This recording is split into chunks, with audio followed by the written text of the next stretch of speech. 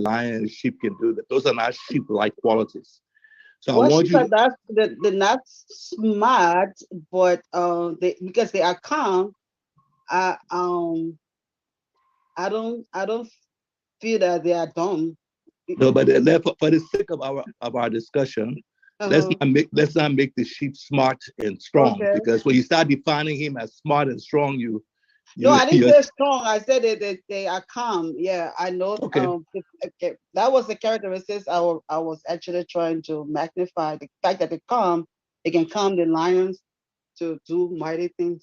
So they can. I know it's a balance. So anyway, go ahead. Okay. So again, for the sake of this discussion, I want when you think of a lion, you think of a strong, powerful uh, leader. I mean, the lion is the king of the jungle. So when we talk about the lion in this parable, the lion is a symbol of a strong, powerful, capable leader. The sheep, on the other hand, is symbolic of a leader that is not very strong. Sheep can't even find their way. They get lost easily. They get lost easily. They can't really defend themselves. That's why they need a shepherd. They got to be led because they're not very smart. So So that's that's the where the image. teamwork comes in. What was that? I said that's where the teamwork comes in. Okay. All right. Someone else. Defend the lion versus the sheep. Maybe for the sake of our discussion, think we're comparing a weak army with a strong leader versus a strong army with a weak leader. Okay, so that we don't get confused with all the nuances. Think of the lion as a strong leader leading a weak army versus a a weak leader having strong followers. For the purpose of the discussion, which team you think would be stronger, more successful? Maybe we should do it that way, and then we leave out all these nuances.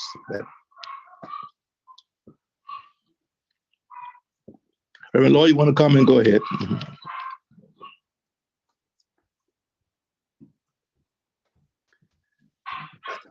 Just considering a sheep that requires just like you said a shepherd, and but again when we look at that lion, the lion has the capacity to devour the sheep. um, he has that capacity to devour the sheep, and so are the sheep safe with the lion? Okay. Okay. The reason I asked this question, and again, it didn't. Maybe the nuances were too not clear, but the reason I asked the question is again, the lion represents strong, effective, capable leadership because that's the image. When you think of a lion, you think of the king of the jungle. Sheep generally are symbolic of weak, helpless, defenseless, not very smart. They get lost easily.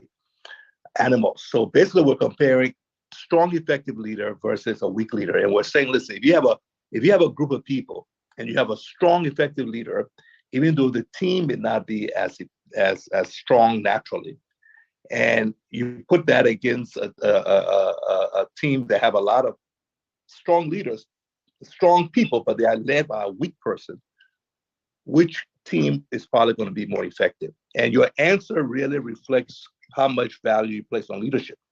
The more importance you attach to the role of a leader, you will say, no, that group that is being led by the lion is going to be more effective, even though he has sheep, compared to a group that has a bunch of capable people, strong people, but they're being led by someone who's not capable, who's weak, who's indecisive, Yeah. who is full of fear.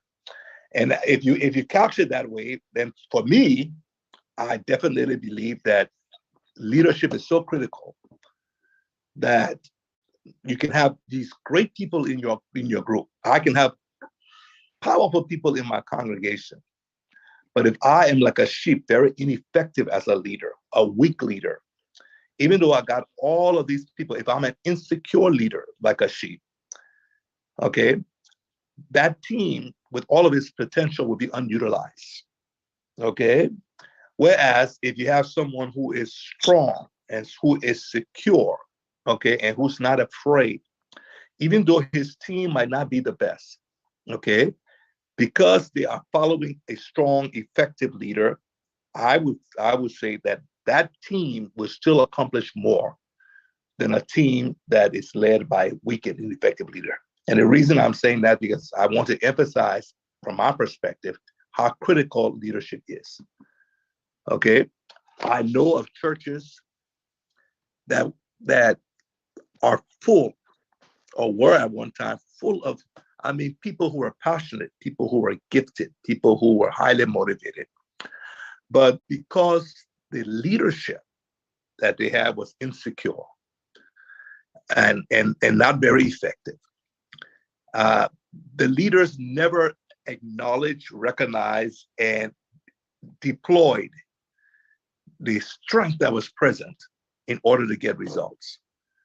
And because the leader was not taking advantage of all the strengths that were present in that congregation, these churches, instead of growing, dwindled. And sooner or later, many of those people begin to go elsewhere. Okay? Because if you are a lion and you're being led by a sheep, there's no way you're going to be satisfied. Okay?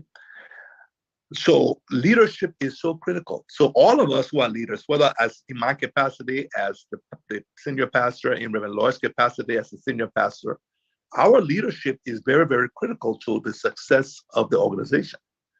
Okay? And those who are members of our churches ought to realize how important leadership is. Okay? And allow us to provide the kind of leadership that is so critical for our success.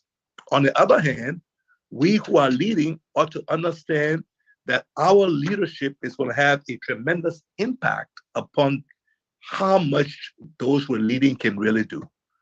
We can have people in our congregations that are full of ability, like I said, motivated, but then at the end of the day, they're not doing much simply because we're not providing the kind of leadership that allows them to do that. A number of years ago, I came across this illustration. It stuck with me. The shark that we have, you know, I've never seen a shark up close, but certainly on TV in the movies, you see these sharks, and certainly it's not an animal that I want to ever have to confront, right? They can be large and very ferocious and dangerous. But if you take a shark, I understand, and you place the shark in an aquarium, when that shark is born, you put it in an aquarium rather than in the open sea, that shark will grow to 6 inches and stop growing. If you put it in an aquarium, it will grow to 6 inches and stop growing. Now, I want us to get, because as much as possible, I'm trying to get a discussion going here. What does that say? The fact that a shark that has the potential to become this huge, ferocious, powerful animal in the ocean, when put in an aquarium, grows to 6 inches and stops growing. Think about it. What implications can we draw from that that helps us understand leadership development? Excellent, Bishop Berjani again. Mm-hmm. I think is true nature. When you put a shark that has a potential of being 12 foot, you almost impeding that shark potential of growth. If you put him in a little box in a little aquarium, he is mimicking his environment. So whatever you give him within that environment is what he's accepting. So he will not reach his full potential. So I don't want to take us back, but I was laughing when we were doing an illustration about the lion, because I'm a Leo. I was born in August, and Sister Lorraine, we were born the same day, and we are Leos. And it's just like, you putting me, not utilizing my potential when you put me in a little box where I'm supposed to be like exploring. Yeah. Okay. Someone else, thank you. Someone else want to comment on that? But perhaps you have an illustration that from real life that helps to amplify the point made by the shark in the aquarium illustration. Please share that.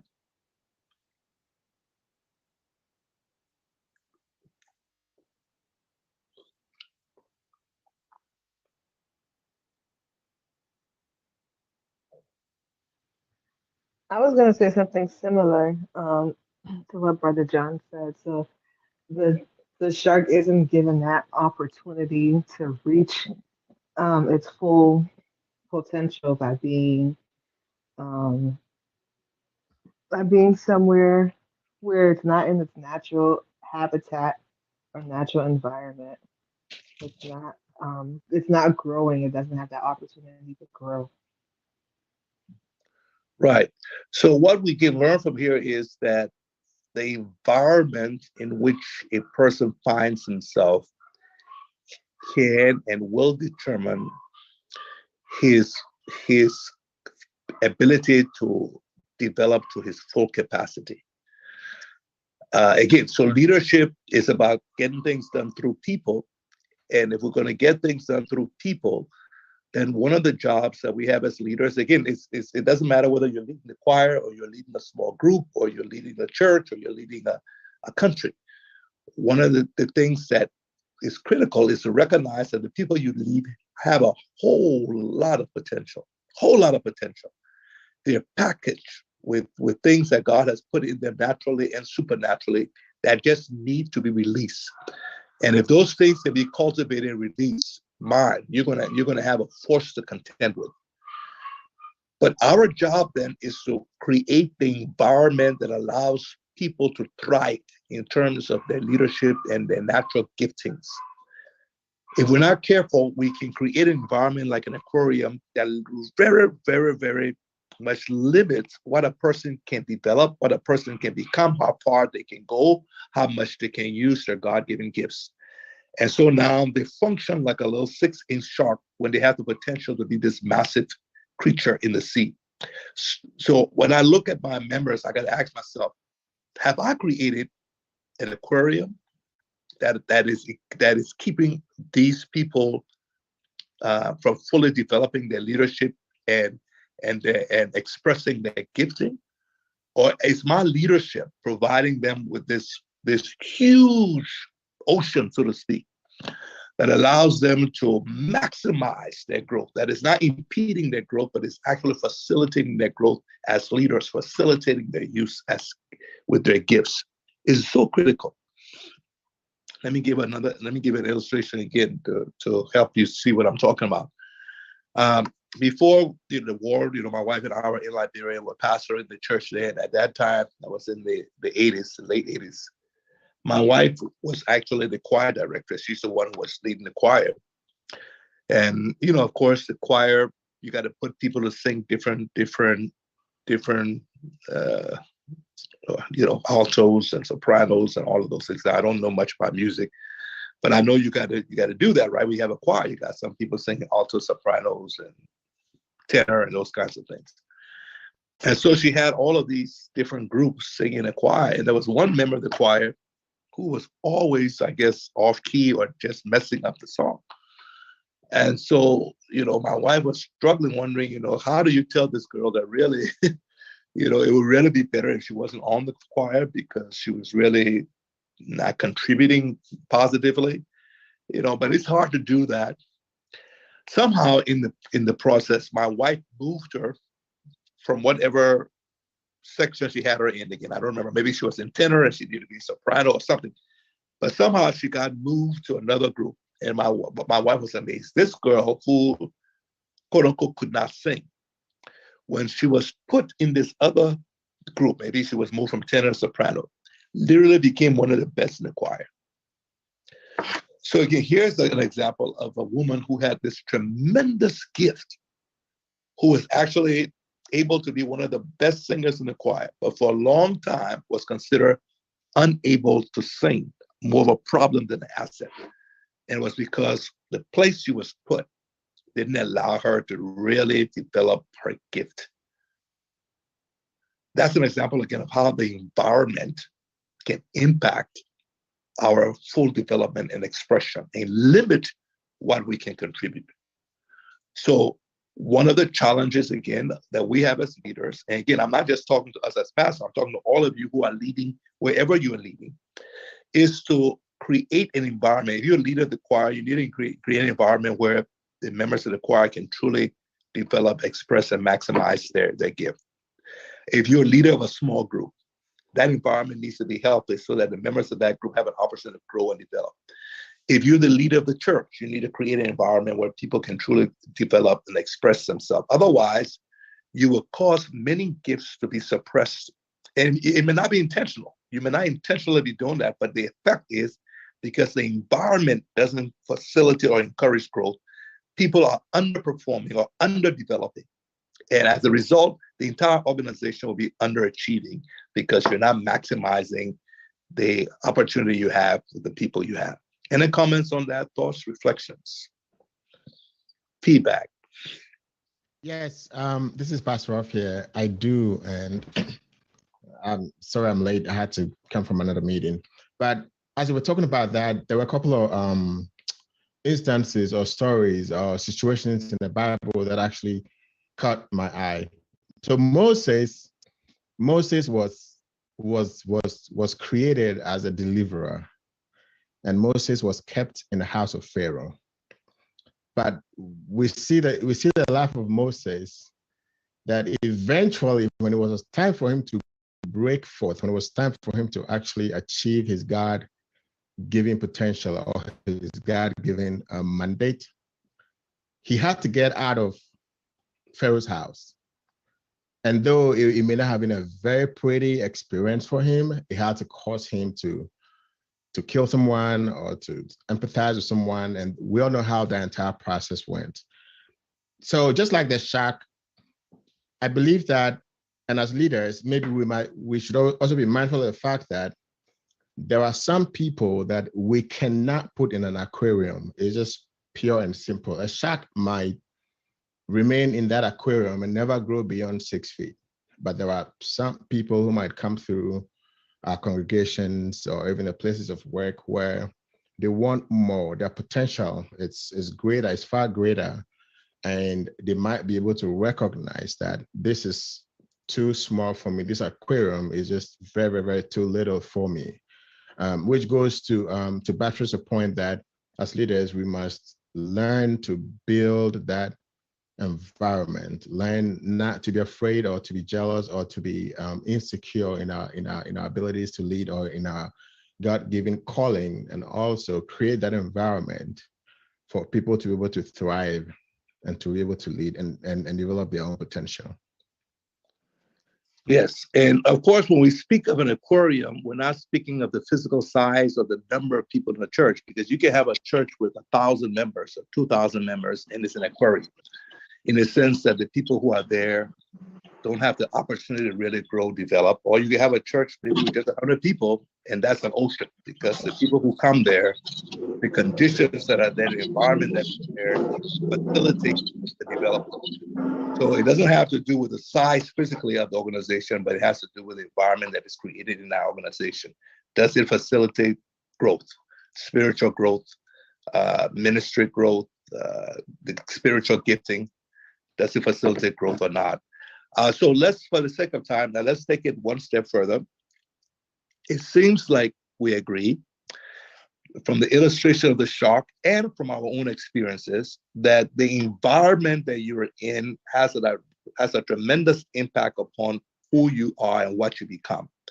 There are certain things that we're born with innately. We have it, okay? And for instance, maybe this is not a good illustration, but I've never thought I could sing. I always felt like, I don't have the ability to sing, right? So when people are singing, I said, man, I wish I was born with that. Some people, it's just natural. I mean, they don't have to try. They just have to hear, and they can hear, and they can sing. They have that natural gift, right? I guess if I really, really have someone to work with me and to really, really teach me after a while, I may be able to carry a tune. But it's always going to be a struggle for me compared to someone who just has a natural gift, okay? So there's a part of us that we're born with, and I believe those giftings help to indicate what God's purpose and plan is for us, okay? But even if you have a natural gift, it can be developed, cultivated, it can be strengthened, it can be sharpened, okay? So what you're born with is a very important factor in determining what you can become and what you can do and do well. But there's a second factor that impacts what you become. It is your environment. You follow me? So you again using the shark. The shark has this innate ability to become this massive creature, but the environment can constrain it. Even so, all of you have gifts that you can develop and can grow in that are natural. And what we want is an environment that allows you to develop that gift to its fullest, where you can then make the greatest contribution you can to the church God has put you in and to the world. What are the things that you believe need to be present, okay, in an organization? Okay, so we're shifting now. If from the aquarium in an organization, what are the things that need to be present in an organization that will allow a person who is gifted to really develop and grow? And what are the things that can impede that? If we can identify what are the positive things that facilitate growth and development, and what are some of the negative things that can hinder and impede growth and development, that will help us avoid that which is bad and choose that which is good. So can we have some thoughts on that? If you are a leader leading a group and you wanted the members of that group to fully develop their gifts and be able to express their gifts, what are the things that you would make sure are present?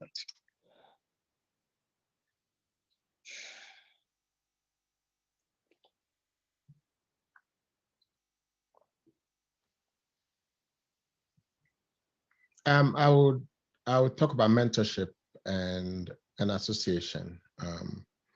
People might have gifts, or people might have special abilities and may not know how to cultivate them. So I'll talk about a situation where they have someone, or you identify the gift and you put them within the right environment or with the right group of people so that they can grow, because like draws like. You can, if you put an eagle in the midst of chicks, that there's a big chance that that eagle will grow in size and still chicken. So that's one of the things I can think about. I'll let someone else think about something else. So that's good. So you're saying one of the things that we need to do is to encourage mentorship in our churches, where we are able to connect people with people who are maybe a little bit ahead of them, who can help them grow. All right, great. I think, and of course, the biblical example is Jesus said, "Make disciples," right? So that's the discipleship making principle. Make disciples. Paul said the things that was committed to me, Paul, I've committed to you, Timothy, and I want you to go ahead and commit it to others. So Jesus actually designed the church in such a way that mentorship, we call it discipleship, but that's really mentorship. Mentorship should be an important part of our strategy in order to help people develop fully. Certainly spiritually, but it can be other ways too. So for instance, if you have someone who has the seed of music in them, and you see that their passion is music, when it's possible, if there are musicians in the church who are ahead of them, being able to have those who are ahead of them, literally mentoring those who are coming after them, the older ones helping to mentor the younger ones. It doesn't mean they have to be perfect, but they can teach them. That's great. So I agree with you. That principle of mentorship is important. Okay, great. Somebody else? Mm-hmm. Yeah, Bishop, just to go to the nitty-gritty about what you just talked about with Pastor Ralph. I would say a leader opening a corridor for risk taking, where you allow people to experiment, to do things, and not just hold their hands all the time. But it can be controlled. It can be a control risk, but let them do, and they may just experience that the lady who is a Turner versus an Otto, she would discover that, oh my God, I didn't know that I could do this. Yeah. Yeah, no, I think that's a very good point. Somebody else want to comment on that? I think that's something we're talking about, the whole idea of giving people an opportunity. Basically what you're saying, you're giving them an opportunity to fail. Right. an opportunity to fail. Why is that important? Anyone else want to just add to that? Let me just jump in that with the Yeah. Providing opportunity for in our church. One of our church culture has to do with belonging. We strive as leaders and members of our church. One of our church culture is striving or working toward and ensuring that everyone have a sense of belonging at the church and a sense of ownership, which I believe, as the pastor, offers an environment, a platform for everyone to have an opportunity to use their gifts in the services. And I think in that aquarium, that animal has to feel that place is their habitat, and if they feel imprisoned or feel uncomfortable, I don't think they will grow and be healthy. So I think that's something that is needed in an environment for growth. Okay, that's great. So what I'm hearing is, one, there needs to be this sense of ownership that I'm not doing this for somebody else. This is not somebody else I'm doing it for. What I'm involved in, it's mine also. So I'm invested in this because this is not for someone else. It's also for me. Certainly that motivates, right? If you own a business and you see the business as your business, there's a motivation there that is really greater than if you're simply working with someone else. So since when it comes to the church, we're all doing the Lord's work and we're all children of God, we're all in the Lord's vineyard. It certainly helps when I realize that, this is the family's business, so to speak. And each of us who's part of this family has a vested interest in the health and the growth and the development of this family. Because whatever affects one part of this family affects all of us. That attitude, when we bring that to the church environment, certainly helps us to be able to deal with some of the things that happen in church that we don't like. You see what I'm saying? If you're an employee in a restaurant and a customer comes in and maybe a customer talks to you bad and doesn't treat you right and et cetera, you might decide, I'm quitting. I'm leaving. I'm going to go find a job somewhere else because I'm not going to put up with this. But if you're the owner of that restaurant, okay, the restaurant belongs to you or belongs to your family. You may not like what the customer does, but you're not quitting. You follow me? You say, why am I? This is our restaurant. So what can we do to make it better? Well, I'm just going to have to put up with this, but I'm not going to throw away this restaurant just because you got a rude customer. All right. So certainly when you have that sense of ownership that Reverend Lord just describes, it helps to facilitate your growth and development, because one of the things it does, it motivates you to do your best. And then secondly, it also causes you to be steadfast and determined. It's difficult to quit and just give up because you're unhappy with one person or two persons. It's bigger than that. Great.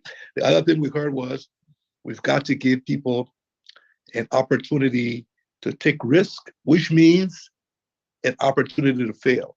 Some of you have heard of Rick Warren. Rick Warren, Saddleback Church, one of the largest churches in the nation, right?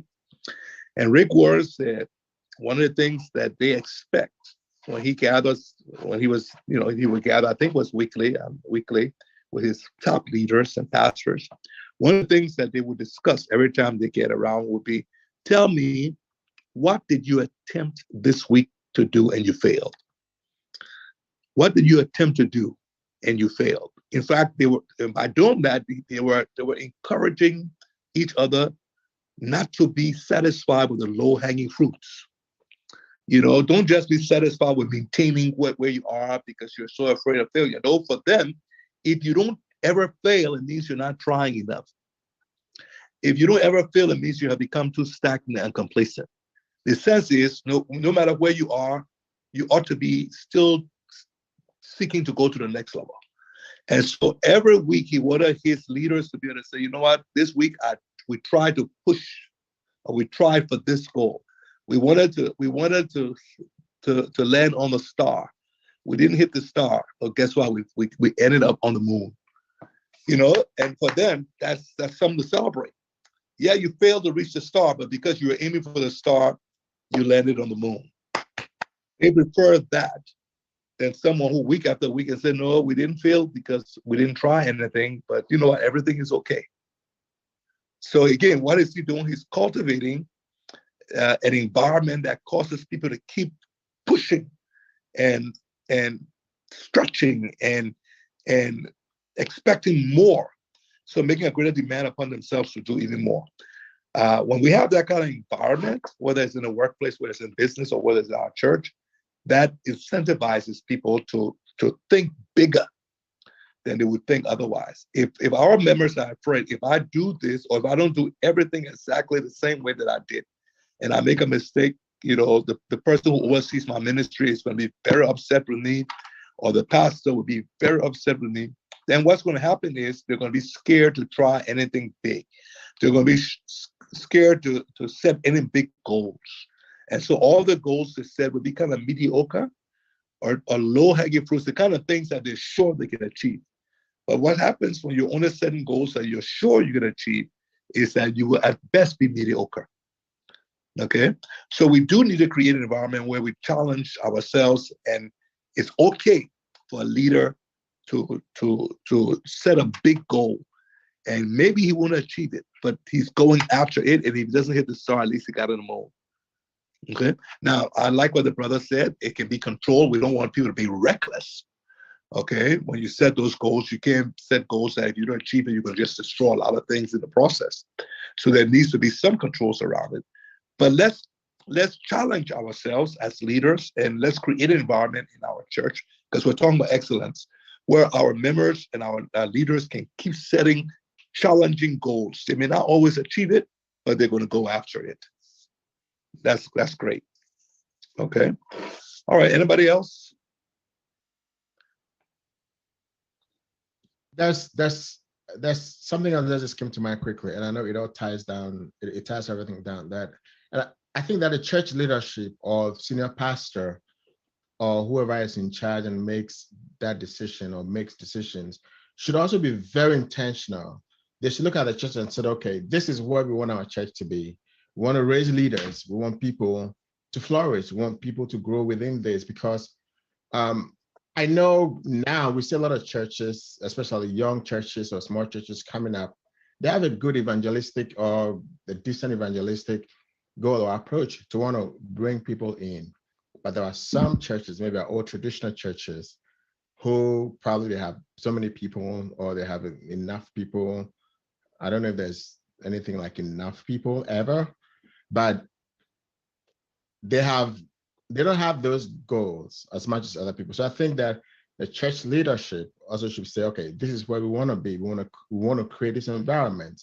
We want to do this. If it has to be in a constitution or in a policy, or we need to write a specific, put it in a church plan or whatever it is, to ensure that these things do happen actually, and have a way of tracking it. How can we track that our church is doing well? How can we track that we are not stifling gifts? How can we track that someone leaves, someone who is very talented walks out of the door and goes away? Do we go back and say, okay, what happened? Maybe we can learn from it, because yeah. Yeah, so I like that. Again, remember, a leader is getting things done through people. That's leadership. So that means leadership always requires strong teamwork. And you want to create an environment for the team members to maximize their individual skills, but you also want to do so in a way that also maximizes how the team works together. If you were to use a team analogy, again, let's say basketball, I don't watch sports these days, so you guys forgive me. The last time I was watching basketball was when Michael Jordan was playing. Okay, so I can refer to you have Michael Jordan, you had Scottie Pippen, and you had who was it? Dennis Rodman. Those three guys, right? they were really the key players on the Chicago Bulls. Each of them has his or her own strength. And you wanted to create an environment where each of them could really, really develop themselves individually in terms of their skills. But at the same time, they had to always be mindful that they would have to be working together with others. So you're developing your individual skills, but you're also being mindful that somehow as we all develop ourselves individually, we have to be able to come together and merge, because one can put 1,000 to flight, two can put 10,000 to flight. So that ability to strengthen the team. And one of the things those teams did in order to be effective is that after the game, they will watch the game. Okay, the coach would sit with them and they look at the game, whether they won or lost, and learn from what they did. Okay, oh, you see here, there was a mistake that we made here. That's why I allowed that person to score. Or here was a mistake we made. That's why we didn't take advantage of an opportunity. And by reviewing what they did, they could make the adjustments and corrections that helped them to keep getting better and better. And so the point you just made is very important. Part of excellence, if we're going to develop excellence in our church or in our ministry, one, we need to create that environment that allows the individuals to maximize. And what we say here, let's give them opportunity to set goals. Let's delegate responsibility to people and not micromanage them, et cetera, et cetera. But then you brought up another point here, which is critical. How do we evaluate ourselves so that we keep getting better? Anybody who's committed to excellence has to evaluate themselves or evaluate their work. If you're not evaluating what you're doing and making adjustments, you'll never be excellent. And that, for me, is one of the weaknesses I feel that is found in many of the leadership in our country. So many of us here are from Liberia or from Africa. I think one of the major failures that we have is that very few people take seriously the responsibility to evaluate what they're doing, learn from the mistakes, and make corrections. And so we keep repeating the same thing over and over and over and over again. The other day I was watching, I don't think it was, whether it was last Christmas, the Christmas before, maybe it was the Christmas before. In Liberia, they had a Christmas cantata or whatever it was, lighting the Christmas tree, but it was a program, a national program, where the president, all of these officials of government came, and there was a choir to sing. And so here's a national program. And when it was time for the choir to sing the first song, the president is sitting there, everybody's waiting there. The choir walks on the stage, and literally they take about 10 or 15 minutes getting ready to sing. Okay, so somebody's on the keyboard, king, king, king, king. You know, they're testing the mics, they adjusting the sound system, they're determining where to sit. And so for 15 minutes at least, okay, we were waiting for the choir to get ready to sing. And I looked at that. Now, look at what happens here in the US, when in most organizations, but let's do it, the president, the inauguration, or any event, and a choir is supposed to sing. Do you ever see that? Okay, where when the choir is about to sing or there's something in the program, that's when the people are testing the mics or testing stuff or trying to correct stuff. It doesn't happen. It works like a machine. Okay, everybody knows doing everything that needed to be done has been done. And every problem that needed to be anticipated was anticipated and resolved. All of those things were done before the event. In fact, they went there the day before, 2 days before, and they actually rehearsed everything so that everything worked like clockwork. So that was Liberia. The next year, the same old problems, no change. The same things that they had done and experienced 1 year, they come back to the next year and the same problems exist again.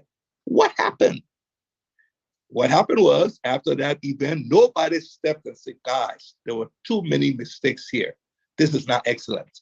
The next time we do this next year, we've got to make excellence the goal. For that to happen, let's evaluate what we did. What did we do that was good? What didn't we do that we needed to do? Okay. And let's pay attention to the small things, because it is this, whether something is excellent or not.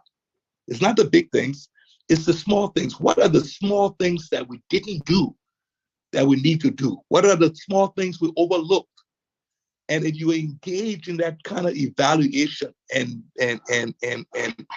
making note, and then intentionally plan how you are going to do this next year differently so that you achieve excellence. Unless you do that, you will never achieve excellence.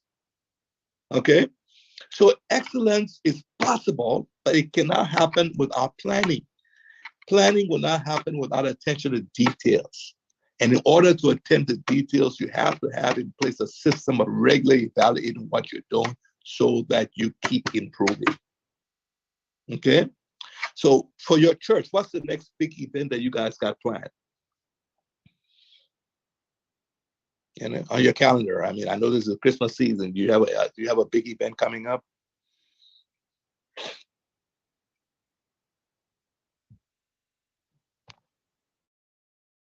You all have anything planned this for the season or early next season? What's the next big event?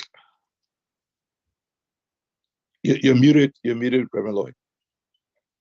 Yeah, Christmas is our next target. Okay, so you already have a program planned, or you're working on the program? No, we don't have the program planned yet. Okay, so again, I don't know whether you did something similar last year.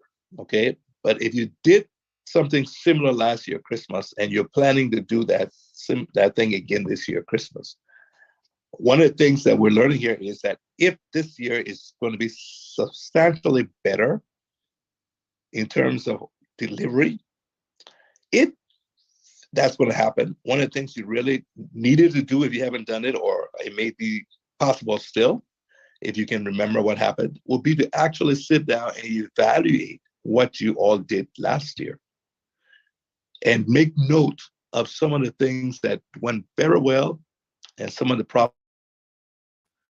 And in planning for this particular event, decide how you're going to make sure those same problems don't resurface. Okay? You're going to have to do that if you're going to produce a product in December that is more excellent than the product you produced last year. Without that kind of evaluation, it's a hit and miss thing. But with that kind of evaluation and intentional planning, you can continue to be excellent. Now, this year, if you do that, you're going to achieve excellence at a higher level, but it's still not going to be perfect. So then you take it, and again, you do the evaluation. They call it, and I know some of you do this where you work, after action review, right? AAR. So what we do in public, in corporate America and in some of our businesses and the jobs we do for a living, some of those best practices need to be incorporated in our churches so that every major event, I shouldn't even say major, every important event, has a process of where the evaluation takes place. And usually it's best to take the evaluation as soon as possible after the event, because you can remember the small things. You make note of that, so when you're planning the next year, you take that into account. We don't do that in Liberia. I'm sure that problem is probably common in some of the other African nations represented here. And that's why we continue to underperform. Very little evaluation, if any, and no intentional correction, so that the next time we do this thing, we do it well. Okay? The inauguration of President Weah, again, if you saw what happened there at the stadium, utter confusion. At that level, that thing should have worked like clockwork, but it was so chaotic. It was embarrassing.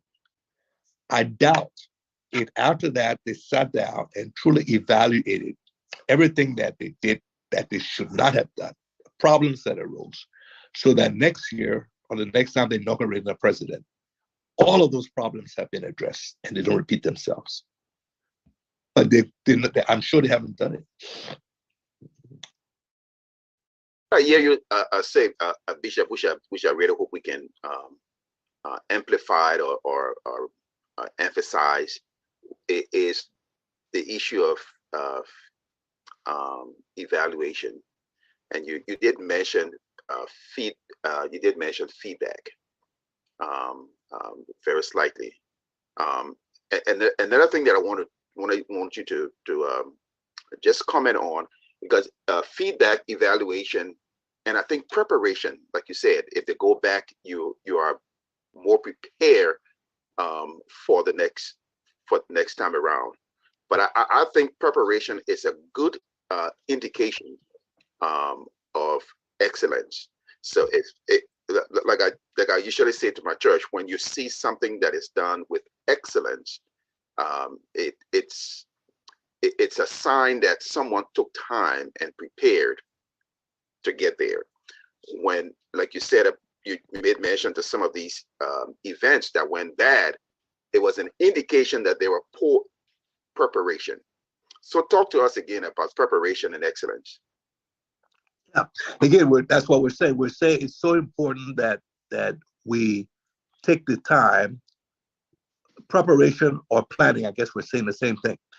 So before you do an event, if you are going to achieve excellence, you got to prioritize planning. Got to. All right. And again, I'm just comparing ourselves as Black people in Africa versus the white people. The white people are no more intelligent than we are. I mean, I've been in classes with them and I've done better than them in classes. One-on-one, we are equal. Okay, there's no inferiority in terms of our ability versus the white man. But we cannot deny that the white people as a group overperform far than we do. Look at our countries compared to theirs. You know, somebody said if you take Liberia, you give it to Germany or something. You know, you give Germany to Liberia. Within a few years, Liberia will be like Germany, and Germany will be like Liberia. Okay, why? It has to do with something in our culture, something in the way we operate. Okay, so and I feel what's missing is these people's commitment to planning. When these people have a city, there's a city they've already planned 50 years from now where the roads will be. You know, they have looked way into the future, okay, and they have developed a master plan that they are following. Do we have a master plan that we're following anywhere? Okay, in our countries. So is it any surprise that people build anywhere and you got no roads where they're supposed to be? That the country continues to look dirty? You can build a mansion in one place and a shack in the next place, and why? Nobody is planning. You take that and you bring it to our level as pastors or churches. How do we prepare? In order to prepare for anything, you have to give priority to planning. And whenever you give priority to planning, you've got to pay attention to details. Again, I keep saying it's the small things that will determine whether the result is excellent or not. You can do mediocre stuff without paying attention to details, but you cannot achieve excellence unless you begin to look at minutia. You've got to look at the small things and deal with them. Okay?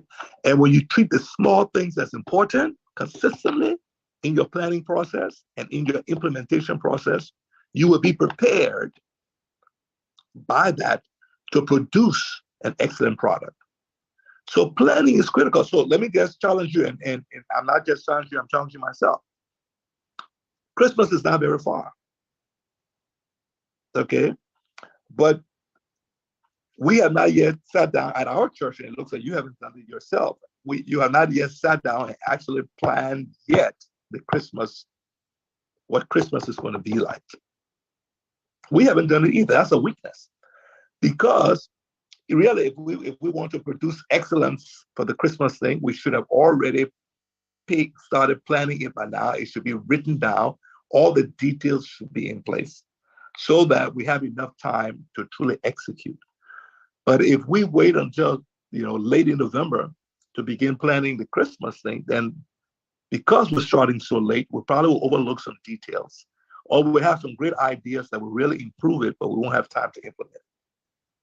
Okay, So the preparation and the planning process, really, if we took it more seriously, and I'm talking to myself as well, we would have started that maybe in the beginning of 2022, we would have been planning the 2023 Christmas thing. So right after our Christmas celebration in 2022, we would have put together a team early 21, would have put a team early 2022, reflect on what we did for Christmas, and start looking at what we want to do on December this year, and would have had at least a year to actually work on it. But we didn't do that. And as a result, whatever we're going to do for Christmas is going to be less than it would have been if we had actually started preparing for it a year ago. Okay? So that has to be part of our culture. Here at Harvest, we need to intentionally make that more and more part of our culture. And it seems like that's something you want to do as you're at the church as well, that you want to emphasize. And so all of the ministry leaders that are here, you need to hear your pastor's heart, because what he's saying here is that, listen, guys, we want excellence. For excellence to happen, we can't just come on the day and just hurriedly put things together. We have to prepare. Preparation takes time. Preparation takes planning. Preparation takes attention to details. Let's invest more in preparation than we currently are. And if we invest more in preparation, the product we're gonna be able to generate will be far superior. So that should become not just a value that is on paper, but a value that has been internalized and is being incorporated in everything you do. All right. So I know time is up, but I have a question I need to ask you, Bishop. Yes. I have a question I need to ask you. Since we're talking about leadership, can you tell us, maybe in the last 10 years can you tell us something that you failed as a leader that helped you to maybe grow, or helped you to become a better leader for your church? Yeah, well, I think I'm still failing, by the way. So still making mistakes and still trying to learn from my mistakes. So it's a journey. We never arrive. And I think that's one of the characteristics of leadership. You always grow. You never feel you've arrived, and you're always learning. A person who has stopped learning really has stopped leading.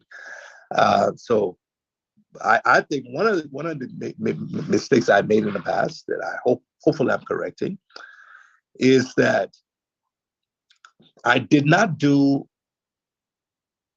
as much as I should have done to get buy-in to something that I felt we were going to do. In other words, if I were looking at the church and like, hey, let's start small groups, or hey, let's change this and let's do A, B, and C because I felt this wasn't working. Here's a great idea. Let's do this. Too often, I would come up with these ideas that I believe are right in the past. I was simply introduced to change and expecting that because I see it and I believe it's right and I'm the leader, okay, when I introduce this, that the members will be ready to make the change and to implement it, okay? And I discovered that in the process, I may have unintentionally, okay, lost some people, okay, because they felt that, wait a minute, he didn't ask for my input, the buy-in, I got something to offer, I wasn't heard. The change that he made affected me, affected what I was doing, and he just changed that without letting me be a part of that decision-making process. So one of the things I've learned is to take longer to introduce change instead of just coming up on Sunday and say, "Boop, guys, we're going to do this." Now I realize, wait a minute. When you have a new idea or new vision, before you implement it, you need to ask who will be directly impacted by this. Who are the stakeholders who are going to be affected by this? And take the time to discuss it with them. And take the time to truly listen to their points of view. You may, at the end of the day, you might still make the decision, but people would have felt that you took them into account. You heard what they had to say. So I'm more intentional in doing it that way. For instance, one of the changes we're making right now at the church, I've always believed in small groups. So even in Liberia, We always had the Sunday services, but we had the small groups that meet, met during the week for Bible study, prayer, evangelism. I've always believed that is an important part of what it means to grow and make disciples. It's not just to focus on the Sunday service, but also have small groups. So we've always had small groups. But, the small groups have not always functioned the way I would like. And so I keep looking at it, and we will make changes because we want to keep making it more efficient and more effective. And so recently I begin to feel that one of the things that might strengthen our small groups is to make them homogeneous based upon gender. The current groups have where you got men, women, children, everybody meeting together. But I may be wrong, but my assessment is that men in particular, generally don't want to be necessarily, there may be exceptions, but generally don't care to be in a small group with women and children. Okay? Because for one reason, we are men and we don't want to be vulnerable. There are things we don't want to say before women, and we don't want to say before children because, hey, we men, there's something about our ego and we got to appear strong, right? So if you put me as a man in a group with women and children, first of all, I'm embarrassed. I don't know the Bible that well. So I don't want to expose my ignorance before women and children. I may not be diligent at praying, and all these women are praying. I don't want to be there and look like I'm unspiritual. You follow me? And so to avoid the embarrassment, men just didn't participate. Okay? So I felt that maybe we could shift this and have homogeneous groups based upon gender. Let the men meet as men, the women meet as women. Okay, that more men will participate, and in fact, more women also may participate because then they can deal with the issues that really, really concern them in the way that is gender appropriate. So we're introducing that change, and we want, and this thing, I think it was at the beginning of this year that I felt that. Now, before, I would have simply gone, and just say, listen, guys, we're going to change. We're going to change the care group system. We're going to homogeneous. Let's organize to make it happen. But this time, I've been very intentional to meet with different groups. So I met, I think, with 3 different groups to share with them what I was thinking, why I thought it was good, get their buy-in, answer their questions. And it was not until I had spoken to these 3 major groups that I felt now I had the liberty to say now it's time to implement it. Okay, so there will be less resistance, and I think more people will embrace it.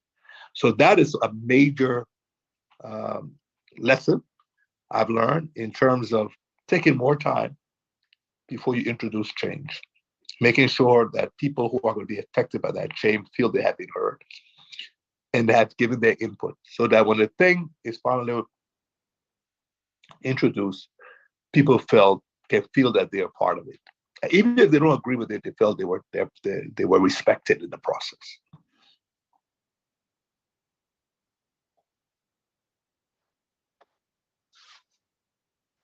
Okay, so I am co-host. We'll take one more question from Angel. Our dear Angel is here. So she has her hand up. We'll take one more question from Angel. It's 9:10. And then I would let Pastor Reverend Lloyd do us the honors to give his final remarks. And I think he'll probably have Bishop Johnson also give his final remarks, and then we would close, if that's okay with you. The chairman of the Leadership Planning Committee. So Angel, what's the question? Yeah. Well, I'm not really like a leader, but you can be a leader in other ways. Anyways, my question was, what can I do as an individual in like whatever I want to do? It can be like at my job, it can be like at school. What can I do to be intentional for excellence? Okay, first of all, I think you need to start seeing yourself as a leader. Remember, we said a leader is not someone who has a title, a leader who's exercising influence and people are following.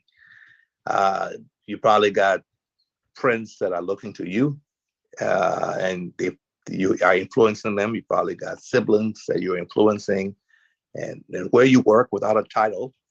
The example you set is having an effect. You are a light and you shine the light and you're making a difference. So I think it helps for you to identify yourself as a leader because it helps you to have a greater sense of responsibility.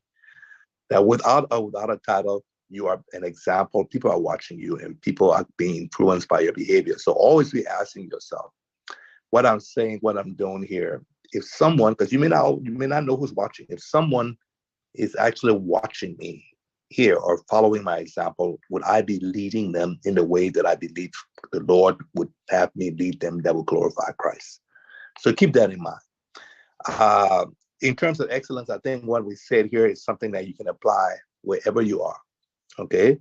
First of all, realize that whatever you're doing it as unto the Lord. So whether you're in church or whether you're at work, you're doing it as unto the Lord. The Bible says, whatever we do, we should do it as unto the Lord. So if you're doing it as unto the Lord, then it's part of your worship. And if you're offering something to the Lord, you want to offer him your best. So keep that in mind so that, whether it's an assignment at work that you're doing, never see yourself as simply working for your company. See yourself as doing what you do for the glory of Christ and do it as unto him. Let it be a part of your worship. Okay. And the truth is, if you are producing excellent work where you work, you will have greater influence there. Okay. So with or without a title, if the quality of your work is excellent, your influence will be greater. And that influence, because you're a Christian, will be for Christ. So make your goal excellence. Where you work and everywhere you go. And two, put into practice what we just said. Evaluate what you do. If you're given a project or you're given an assignment and you do it, okay, take some time now to evaluate it. Okay, how did I do that? Did I deliver like I could? Were there some things that I can learn from this? So the next time I have an assignment like this, I will approach it a little bit differently. Were there some resources that I didn't take advantage of? Were there some people I should have talked to I didn't talk to? Did I set some specific goals that were time-based? I needed to do this before I did this. Did I actually plan my work before I actually started to work my plan? I mean, those are things that you can incorporate, not just at the church, but in your personal life, in your family life, in your business life. The whole idea of preparation, which requires planning. Okay. So learn how to plan and make planning a part of what you do. Okay. If you do that consistently, you are pursuing excellence. Learn from what you do and then make corrections so that you're not repeating the same thing over and over and over again. Okay. What ministries are you involved in at the church? Children ministry. Are you a teacher? Yeah. Okay, so you are definitely a leader. Even in the church, you're definitely a leader. A teacher is definitely a leader. So may God give you the grace to lead the children in the way that they should go. Okay, by what you say and by your example. Okay, teach them to be faithful by being faithful. Okay. Teach them to be prayerful by yourself being prayerful. Teach them to be patient by being patient. Teach them to be joyful in the midst of difficulties by you yourself being joyful. Okay. By your words and by your example, you're leading those children. They're watching you, and you're making a huge impact upon them. Okay. Thank you, Bishop. In fact, you're probably making more impact upon them than Pastor Reverend Lloyd is. No, seriously. We got the children's ministry. The teachers that are working with them are having a far greater impact upon those kids than I am. So you are having an impact upon them that is greater than even Reverend Lloyd. Thank you, Bishop. Mm-hmm. Thank you. Yeah.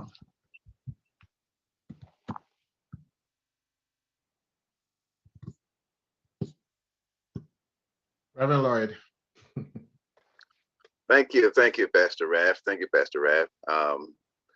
Pastor Raff, Bishop is winding down some of his responsibilities here. He has taken on a new ministry in Gaithersburg, and he's now we just in opened up the church in Gaithersburg last Sunday. Am I correct? Last Sunday. Not this past Sunday, not this week, past week Sunday, but the Sunday before. We were blessed to set that in motion, and so he's now a senior pastor in Gaithersburg. But before we close, I want to say a big thank you. But you would say a last word, and I will tell you what to say, Bishop. Bishop, as he said, is my brother. And I love him so much. But Bishop, I am sharing right now with the group, and I want every one of you to see this.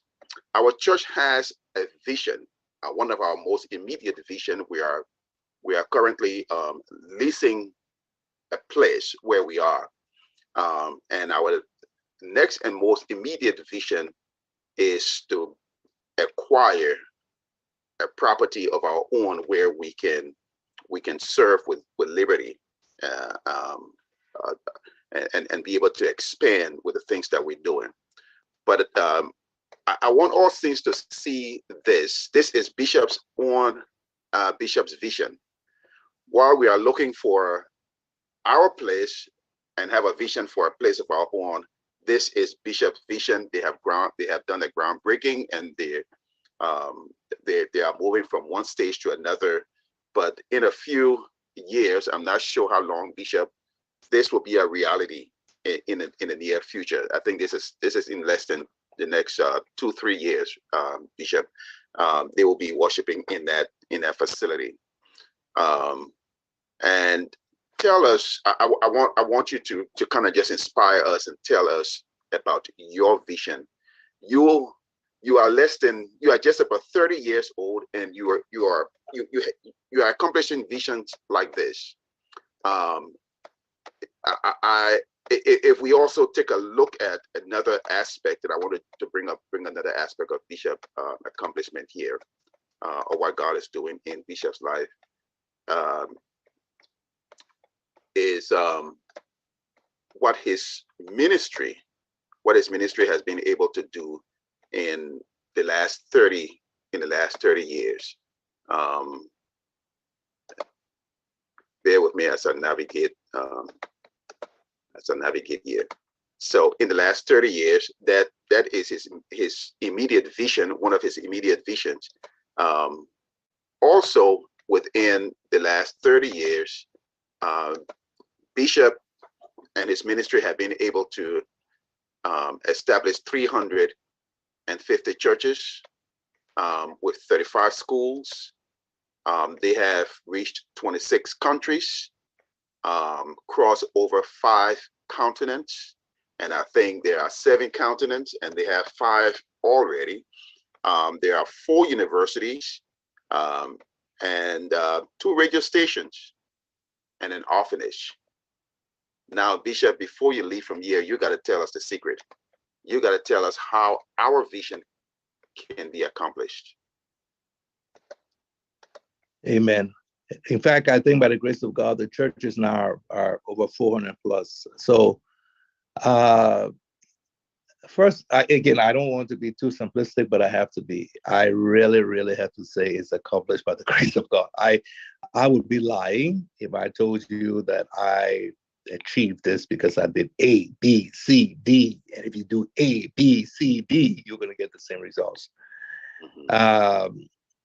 If I can claim anything, I hesitate to even do that, is that I've simply been willing, one, to trust God to do these things. Okay. I've always felt that I belong to him and that it is he who is working through me. And so faith is important. In whatever we do, faith is important. So I've been willing to believe that God is working through me and he's doing his work through me, and these things will happen because he's doing that. So that may seem simplistic, but if you take that out of the formula, so to speak, if there's a formula, everything else collapses. So having that strong sense that what you're doing is actually God's work and he's doing it through you makes a huge difference versus you say, okay, I have this dream, I have this vision, I want to accomplish this, I want to accomplish that, and I want to accomplish that. That's not the way I've approached this. I've approached this from the time I was a child that I belong to the Lord. I'm his, and I said yes to him, and I've been willing to take the first step when I, pray about an opportunity, take a first step, and then just trust him, and he blesses. Okay, he opens doors, he causes you to see certain things, and you just learn to say yes and trust him. And he's done that. Now, again, I hesitate to take credit because I believe other people can do the same thing and not necessarily get the same result. But I think one of the things that I share with you here has been critical. I believe we have created an environment in Harvest that allows individuals to grow. And I have not tried to micromanage. I think when, there are pros and cons, but I'm not a person who micromanages. If I was having to micromanage all of this, I would have had to keep it small enough for me to know and micromanage everything. Okay, 450 churches, these colleges and these schools, etc.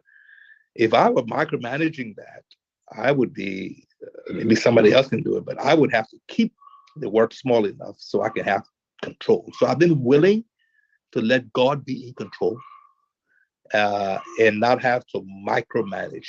Okay, so my whole approach is, this isn't my ministry, this is God's. And the whole sense of ownership that you talk about is so critical.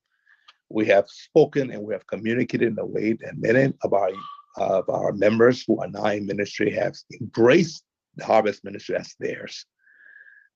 They're not working for Bishop Johnson. They're not implementing Bishop Johnson's vision and all that stuff. They realize that this is an assignment from God, and we are a team working together to accomplish it. And so I've given them a lot of room to hear from God and to let God use them. And I'm available as a resource. Now, we do have some broad guidelines that we expect everybody to respect, to abide by. But the boundaries are large enough that it gives people a lot of individual freedom. Okay. So many of these churches are not started because I said, let's go start 10 churches here in this country. It's because we have a vision that says, win the lost at all costs, make as many disciples for Christ, a world where no one lives or dies without Christ. And that vision encourages and places emphasis on church planting. So we create an environment where we are training and equipping people for ministry, and then encouraging them to pray and seek God about where they should go and where they should plant churches or schools, whatever it is that God is calling them to do.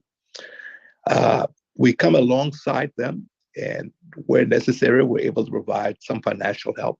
But we've also taught them not to depend upon anybody for the resources. We'll all have to depend upon God. And since we are a team, that God will use me, sometimes to answer their prayers for financials, but I got financial needs too. And sometimes God will use them to answer the prayer for my finances. So it shouldn't be, he's in America, they got all the money, so they will be the one that we look to. No, we are a team, we're all going to look to God. And today, God may use me to help respond to a need that you have here. But another time, God may use you in Liberia, struggling as you are, to send me $100 that can help with the project here, because we are a team working together. So that whole atmosphere encourages teamwork, which again, I think facilitates growth and expansion, because one can put 1,000 a flight, two can put 10,000 a flight. So creating an organization that encourages people to have a sense of ownership, and at the same time allowing them not having an aquarium, but an ocean, that allows people to not to feel stifled, but they can develop their gifts, okay, and make all use them. And we are here to support them and encourage them. That has been critical. Then thirdly, by the grace of God, I think we've conducted ourselves with integrity. Okay, and God has kept us. So over the 30 years or so, by His grace, we have not been involved in any kind of scandal. So to a large degree, the people respect our leadership. Okay, so because they respect us, they're willing to support us and follow us for the most part, and that certainly makes it much easier to lead a group. So I don't know, but that's just I guess in a nutshell, those are the things that come to my mind to share. One of the things we're working on right now too, Reverend Lloyd, is the college, the university. that we're establishing called Harvest Intercontinental American University. The goal is our vision is a world where no one lives or dies without access to quality education. So eventually we want to be able to offer a lot of these degrees through the e-learning, facilities that are now available to people all over the world. By the grace of God, we've been connected with War Hours University, who's willing to work alongside us to help us deliver quality education, accredited education. But we're starting actually in Liberia, and we're actually beginning with a physical, we're building a university there that would actually, not just be virtual, but a physical university where students will come. And the amount of money that we're needing, which I didn't anticipate, I don't know if I knew it was going to cost that much, I was going to dare to even attempt this. So sometimes God keeps these things from us until we're already in there. We can't turn back. So it's costing a lot more than we anticipated, but I'm at rest. I really am at rest because, again, I believe this is God doing it, and I have no doubt that He's going to do it. And so that ability to rest and trust Him, again, that faith element is a huge factor in what God does through us. So the university will be built. The church that you just showed, that facility, it's going to be built. And it's not because we got millions and millions of dollars in the bank, but it's because we have a God who is more than enough. And over the years, I've learned just to trust Him. Hear from Him and then trust Him to do it. Thank you so much, Bishop. Thank you so much for this evening, and we are proud of what God is doing in your field, and inspired by it.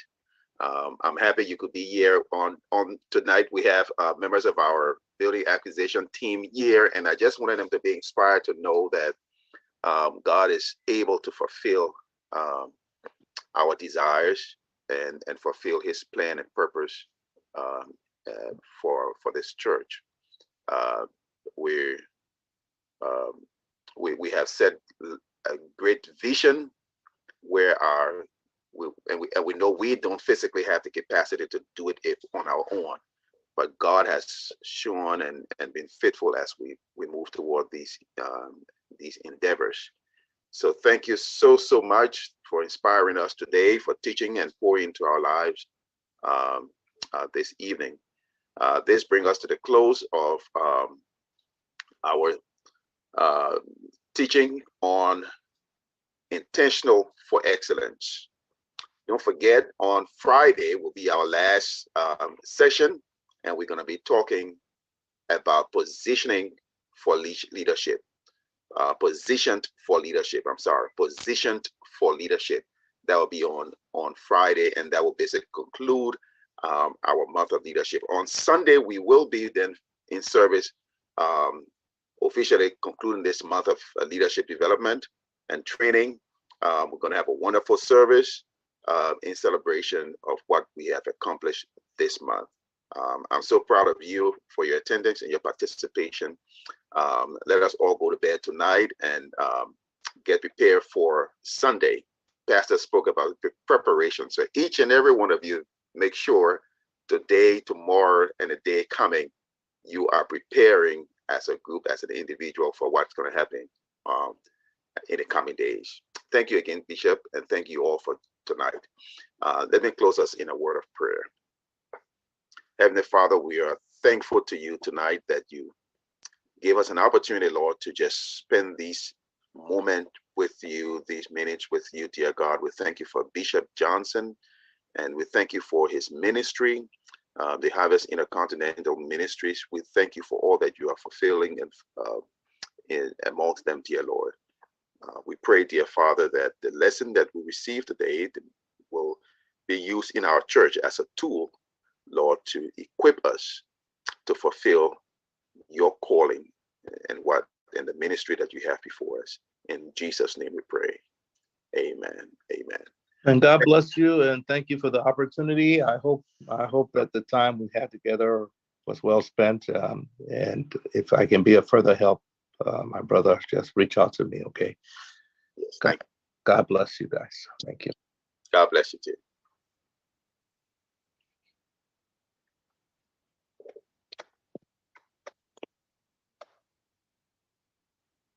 Thank you, Aaron. Thanks,